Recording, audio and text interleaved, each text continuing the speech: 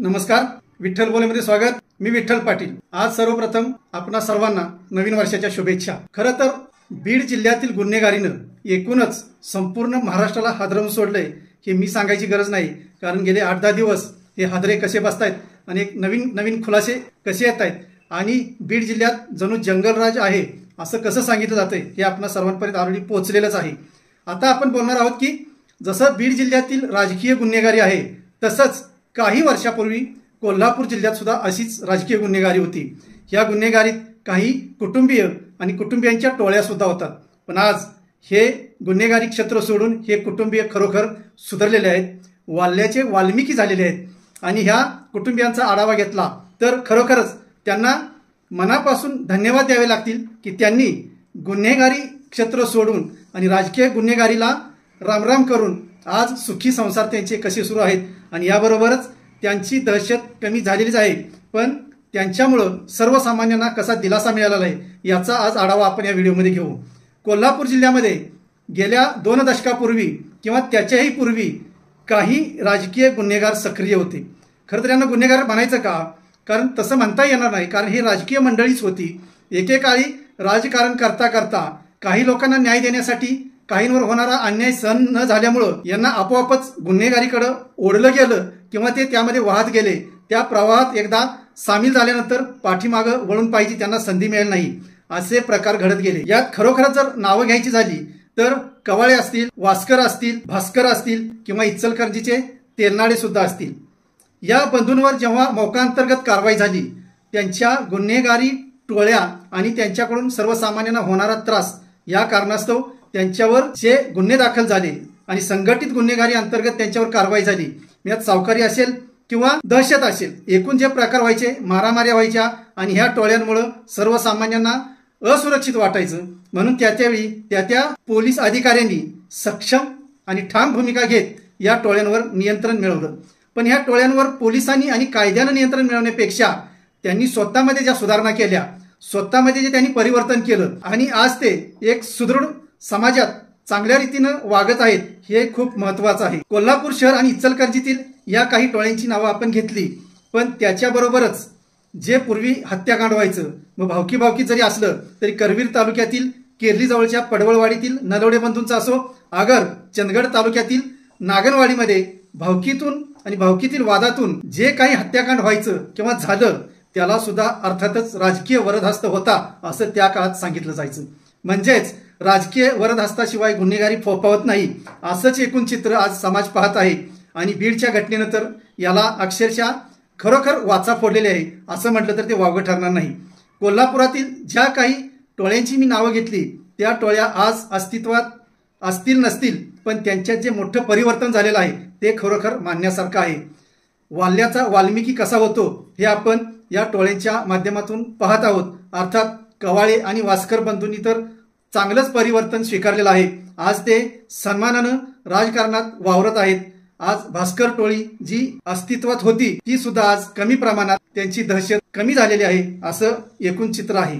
तेलनाडे बंधूंना कोणाचा वरदहस्त होता किंवा कोल्हापूर शेजारच्या पाचगावमध्ये ज्या घटना घडायच्या, जे खून पडायचे, त्यांना कोणाचा पाठिंबा होता हे आता जगजाहीर आहे। त्यांची नावं घ्यायला सुद्धा हरकत नाहीत। मुन्ना आणि बंटी यांच्या राजकीय वर्चस्वादातून ह्या घटना घडत होत्या असं त्यावेळी सांगितलं जायचं, पण आज मात्र मुन्ना आणि बंटी यांच्यात सुद्धा राजकारण करताना मोठं परिवर्तन झालेलं दिसून येत आहे।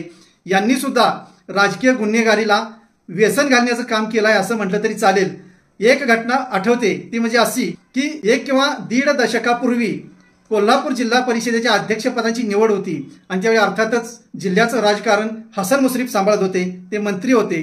त्यावेळी वास्कर बंधूंपैकी एकाची पत्नी जिल्हा परिषद सदस्य झालेली होती आणि त्यांनी आपल्याला पाठिंबा द्यावा, आपला अध्यक्षाचा उमेदवार निवडून यावा, आपल्या अध्यक्षपदाचा उमेदवार विजय व्हावा म्हणून हसन मुश्रीफ यांनी अक्षरशः वास्कर बंधूंना पायघड्या घातल्या होत्या आणि त्यांच्या ज्या झेडपी सदस्य किंवा जिल्हा परिषद सदस्य होत्या त्यांना आदराची वागणूक दिली होती। अर्थात ह्या ज्या होत्या जिल्हा परिषद सदस्या त्यांना जेव्हा आम्ही जिल्हा परिषदेत सभागृहात पाहायचं तेव्हा त्यांचंही वागणं खरोखर एक घरंदाज सुसंस्कृत महिला असंच असायचं।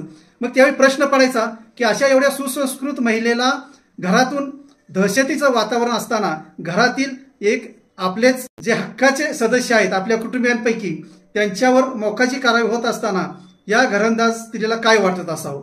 म्हणूनच जेव्हा ही माणसं सभागृहात वावरतात तेव्हा त्यांच्यात परिवर्तन होत जातं. त्यांच्यात एक मनानं ठाम भूमिका घेतलेली दिसून येते की अरे बाबा आता आपण गुन्हेगारीतून बाहेर पडायला हवं. कोल्हापूर जिल्ह्याचं हे खरोखर एक चांगलं उदाहरण म्हटलं तर काहीच त्याला हरकत घेतली जाणार नाही. कारण एकेकाळी मोकाच्या कारवाई झालेल्या भावाभावांच्याच टोळ्या होत्या त्या आज काही प्रमाणात नाही तर खूप चांगल्या पटीने सुधारलेल्या आहेत. असंही उदाहरण आहे. कोल्हापूर जिल्ह्याचा पश्चिम भाग म्हणजे सह्याद्रीचा कडा. तेथे जंगल आहे पण या जंगलात जंगलराज नाही तर माणुसकीचं राज आहे असंही आपल्याला म्हणता येईल.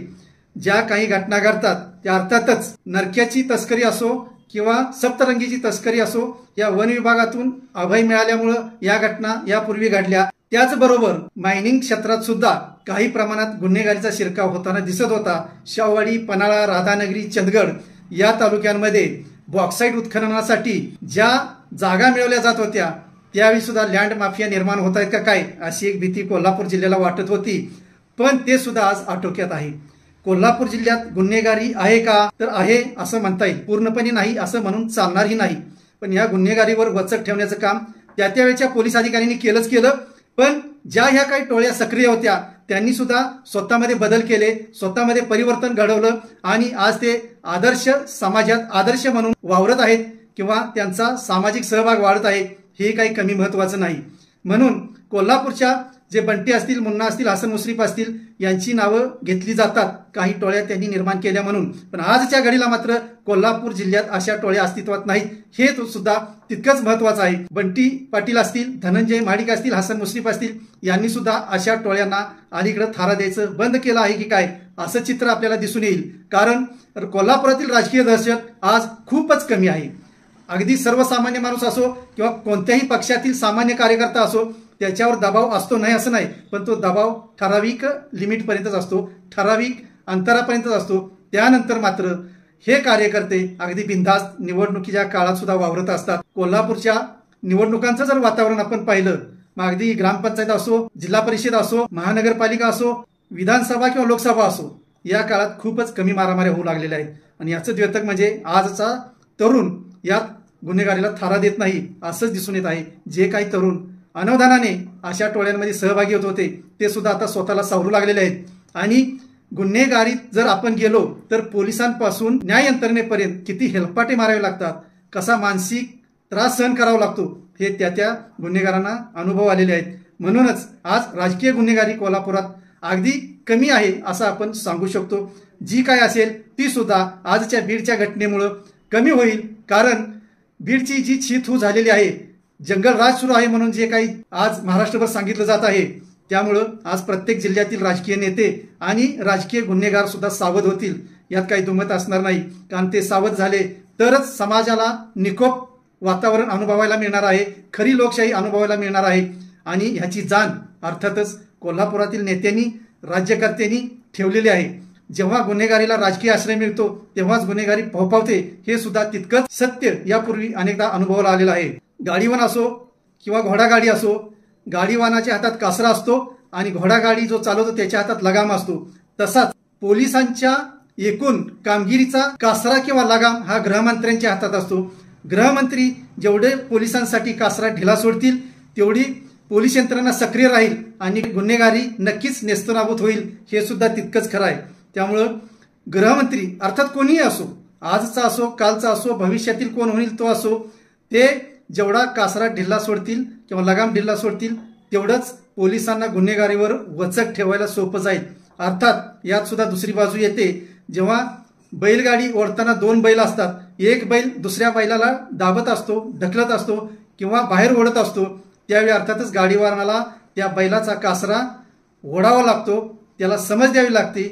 तसं मात्र गृहमंत्र्यांना नाही करावं लागणार.